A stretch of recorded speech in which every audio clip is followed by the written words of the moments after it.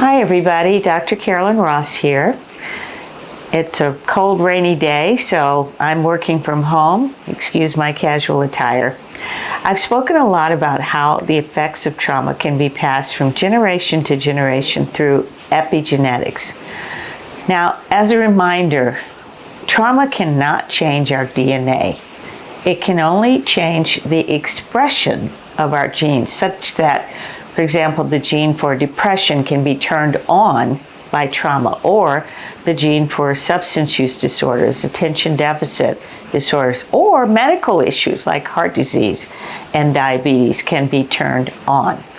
Now, what we know is that epigenetic changes can be related to what is called toxic stress.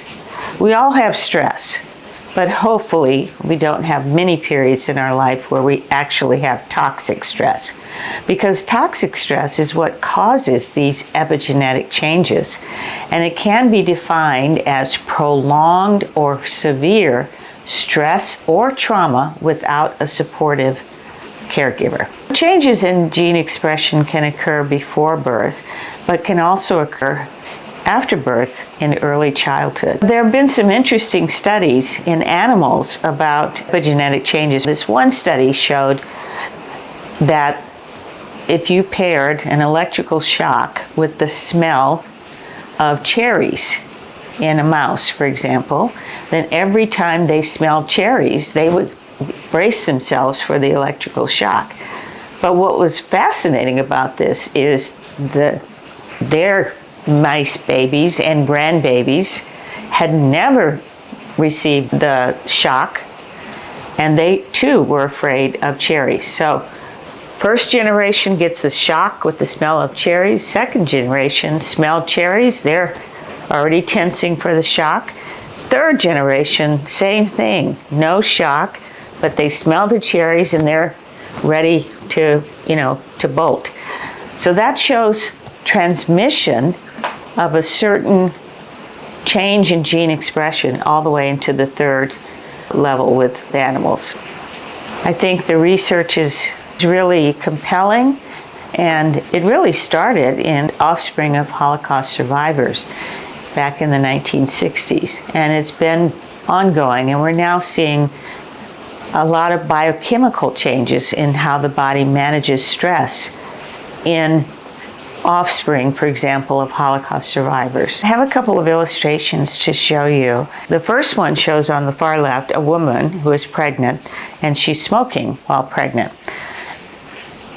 This can cause epigenetic changes in 3 generations. First in herself, secondly, her unborn daughter, and then thirdly, the daughter's reproductive cells, so that when the daughter has a child, that epigenetic change will also be passed on. So epigenetics can also have positive effects on us. It's not all negative. So you can turn on genes, but you can also turn off genes. What are the things that cause epigenetic changes? Well, first of all, lifestyle. So diet, exercise, whether you use illicit substances, whether you have a gambling addiction. So epigenetics can also have positive effects on the expression of your genes. Now, this is the only power we have to change the future of our offspring, but it requires changing our own behaviors, which is often the hardest thing to do. So you can see in the little diagram there that things like environmental exposures, like environmental toxins, stress, diet, whether or not you smoke, use substances, exercise, those lifestyle factors can turn genes on or off. So where do you go from here? If you are looking at your family tree and you want to make a change, you're wondering how to affect the epigenetics that have already changed, well, there are some things you can do. First of all, identify your personal history of trauma. So whatever has happened to you, that's what we're looking for, things that you didn't have any control over. Next, as I mentioned last time, gather information about your parents, your grandparents, as far back as you can go. Thirdly, look for patterns in your family. Like I did. I told you there was a pattern of recurrent substance use disorders in our family. There were patterns of mental illness in the family. Number 4, you can seek professional help to break these patterns. If you break patterns in yourself, that goes a long way towards interrupting intergenerational trauma in your family. And finally, identify points of resilience.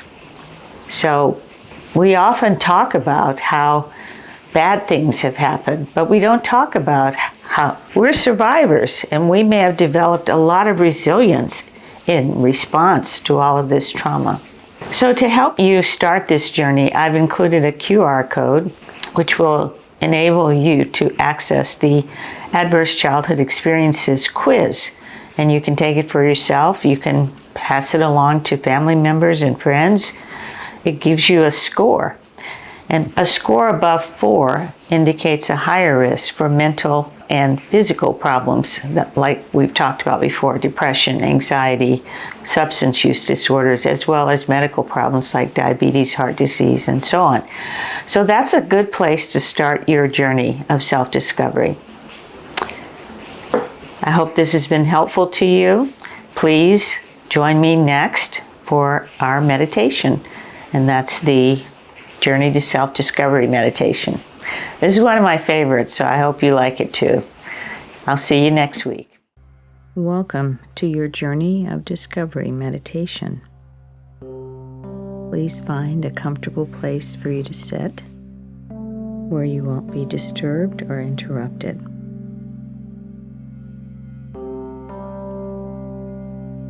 Have a seat in a comfortable chair.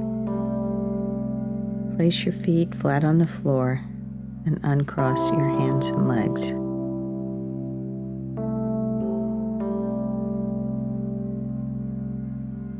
Now take a deep breath in through your nose and out through your mouth. You will be taking a journey of self-discovery.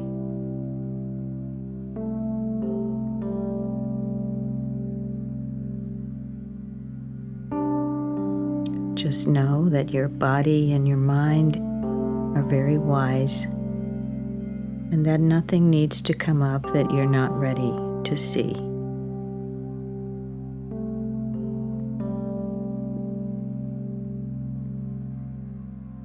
Let's start by just relaxing the body.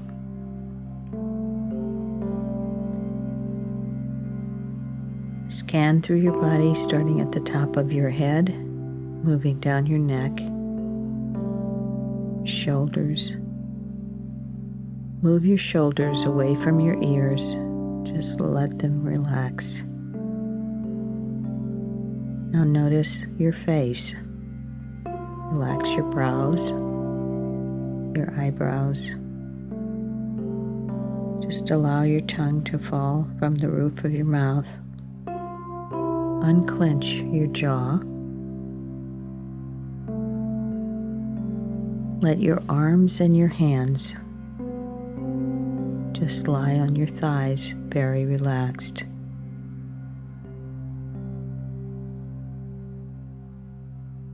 Now take a deep breath in and hold it, and just notice the tension in your chest and upper back. Now release that with your exhalation.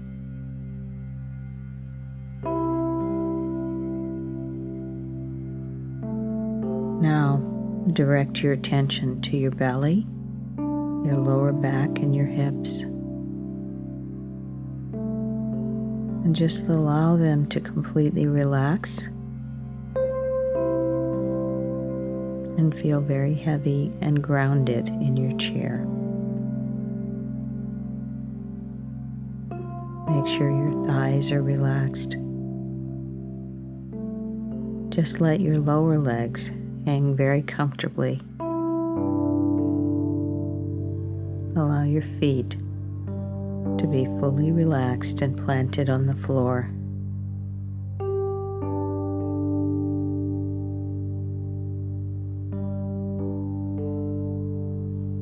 Take another deep cleansing breath, allowing your breath to move through your entire body.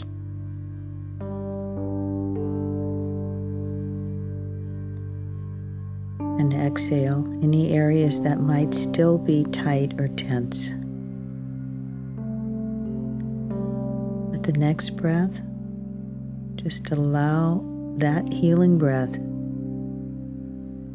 to move through every cell in your body and feel the energy of it moving through your toes, your feet, your ankles, your lower legs, your knees, your thighs. Feel that tingling energy moving up into your hips, your belly, your waist. You can also feel the next breath as it moves into your belly, your chest, your upper back, your shoulders, and out your arms to the tips of your toes. Breathing in again, feel that breath moving into the cells of your neck, your face, the back of your head, and the top of your scalp.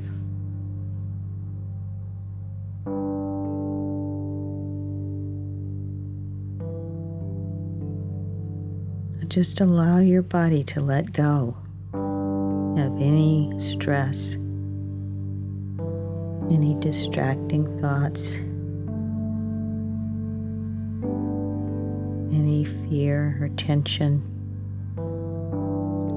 and be fully and completely relaxed.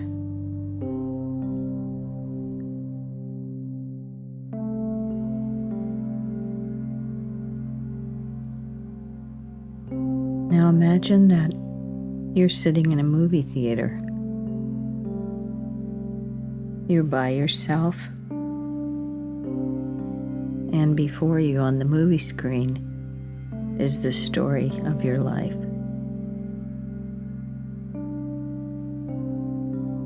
Starting from your early years, whatever you remember,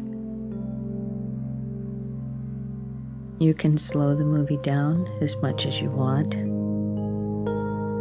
But the most important thing is to recognize that it's not real in that it's not happening to you right now.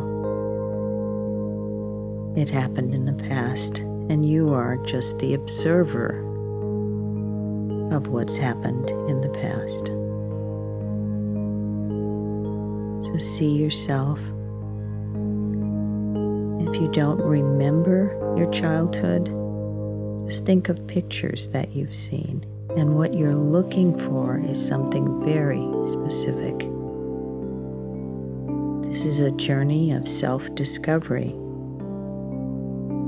which means that you're looking to find out who you are truly and authentically. If we were able to take away all of the trappings that confuse us. So look at that screen. Notice yourself as a young child. What were you like? What did you wear? What did your hair look like? What kind of shoes were your favorite shoes?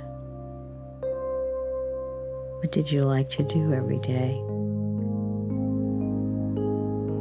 Who did you love? And who loved you? While there may be some periods of childhood that were painful for you, continue to stay as the observer, watching for that spark that enabled you to survive. See if you can identify the spirit of that child, that young person that got them through any challenges that they had in their lives. Now moving forward into your childhood as you go to school, what was that like for you? Did it change you? Who were your friends? What did you like to do? What were your favorite subjects to study? Who were your favorite teachers? And don't worry if you can't remember every little detail. Just notice what you do remember. And again, allow yourself to search for the spark that got you through everything from your childhood on up to where you are today. You're looking for your true, authentic self. Were you a happy child? Were you active? Did you like to read books? Climb trees? Swim? Were you introverted, very shy, or were you friendly and outgoing? How would people around you describe you?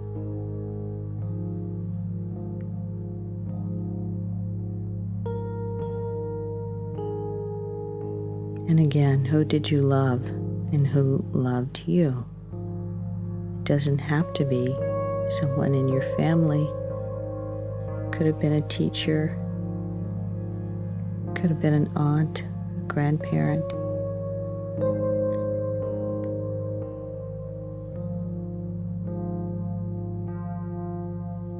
Just observe. Remember, it's not happening now. Whatever is painful is in the past. You're just on a journey of self-discovery, so you're looking for clues to who you really are. Now moving forward into your teenage years. These years can often be problematic, but maybe they weren't for you. Just see what the movie shows you. Allow it to unfold. Don't try to make yourself see something that isn't there or to make something up that you don't remember. Just allow those scenes to unfold on the screen in front of you. Again, notice what you wore. How did you fix your hair? Who were your friends? What challenges did you face?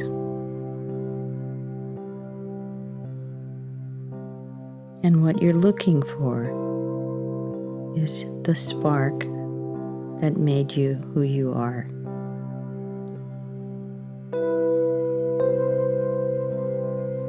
What were your dreams during that time?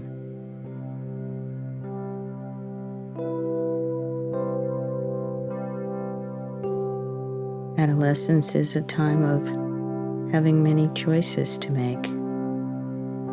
Where did you succeed in that area? And where did you struggle?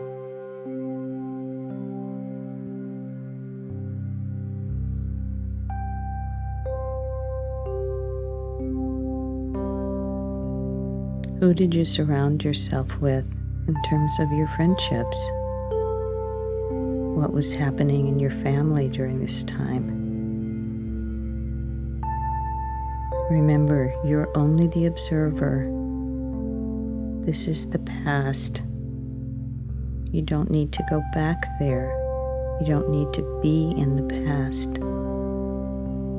You're just using the past to give you clues on your journey to self-discovery. Now you can move from high school into your adult years. What happened after high school? What kind of choices did you make about how to live your life? We're not focusing on regrets. We're not focusing on shoulda, woulda, couldas. Just observing how your life was lived.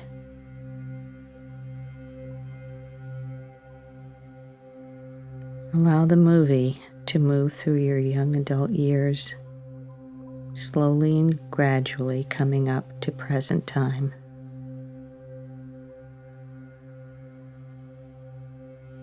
Don't allow any judgments to enter into this picture.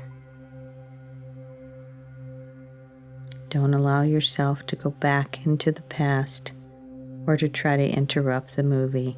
You are the observer. on your journey of self-discovery.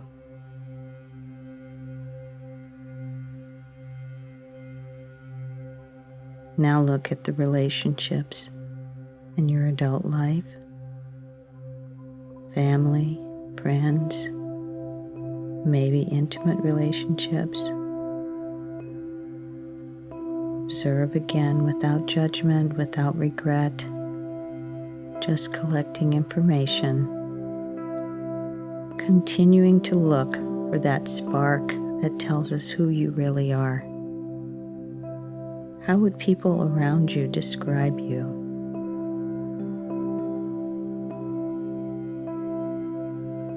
Maybe they would say you had a great sense of humor. You're a strong person. You're very intelligent. Maybe they would say you were kind and sensitive. Just observe and notice.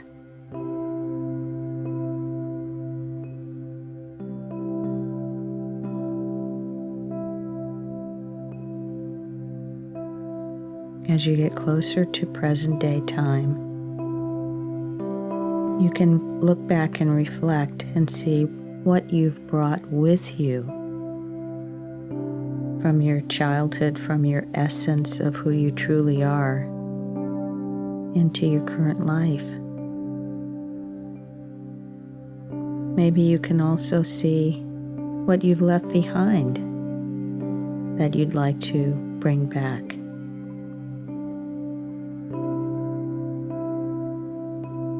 Maybe the circumstances of your life made you very wary to be kind or to be open, and perhaps you're ready to try that again.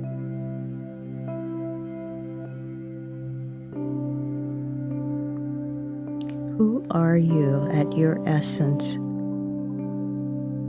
What is that spark that enabled you to move through your life and all the challenges you've faced?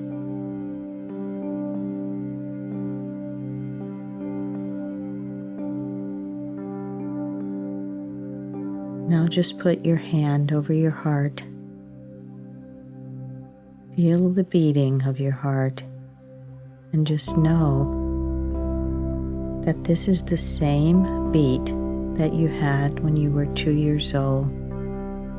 The same heart that you had when you were 4 and 10 and 18 and 25. Just continue to be aware of that beating heart and recognize that despite the heartbreak, despite life's tremendous challenges, your heart has continued to beat and provide life-giving oxygenated blood to every cell in your body. This is part of who you are essentially that hasn't changed. There are also character traits that have not changed either. And just ask yourself what those are. What do you value about yourself?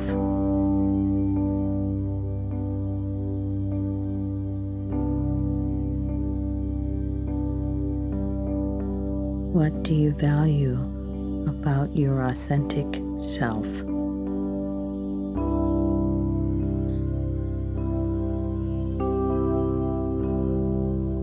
Take a deep breath in. The movie is over. Allow your breath to move through your body and clear out any regrets, judgments, negative self-talk, fears. Breathe out all of those things that we do that cloud who we really are. And now just imagine a shower of golden light starting at the top of your scalp and just cleansing you on the cellular level as that golden light moves through your face, your neck, your shoulders, and your arms. Your body is filled with light. Now that light moves into your chest and your upper back. It's moving now into your hips and your belly, and you see the light spilling down into your thighs, your knees, your lower legs, your feet, and out your toes. This light reaches every cell in your body, cleansing and healing and magnifying who you truly are, who you authentically are, who you've remembered yourself to be on this journey of self-discovery. Just sit for a moment with that feeling of being yourself.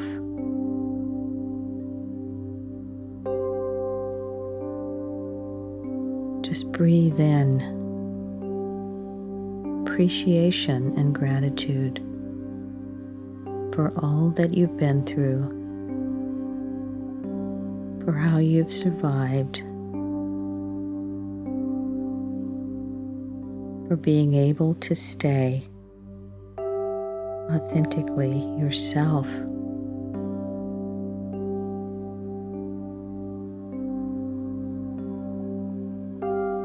Another deep cleansing breath.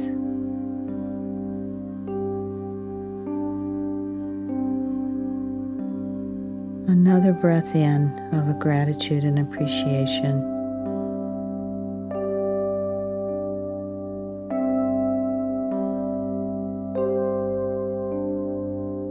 Now bring yourself back to the room you're sitting in. Feel the chair beneath you, your feet on the floor, and softly open your eyes whenever you're ready.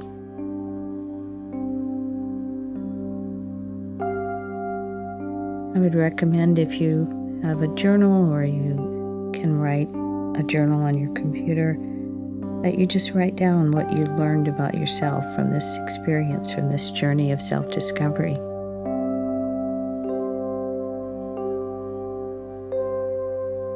If there are things you feel you had forgotten about yourself, you may want to make little notes that you put around your room or in your car that remind you of those traits that you're wanting to bring back.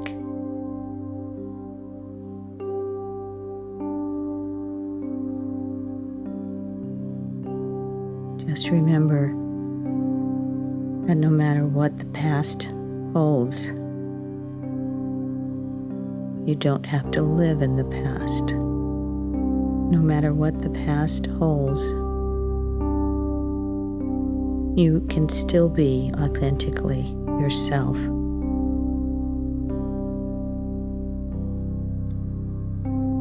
And just allow yourself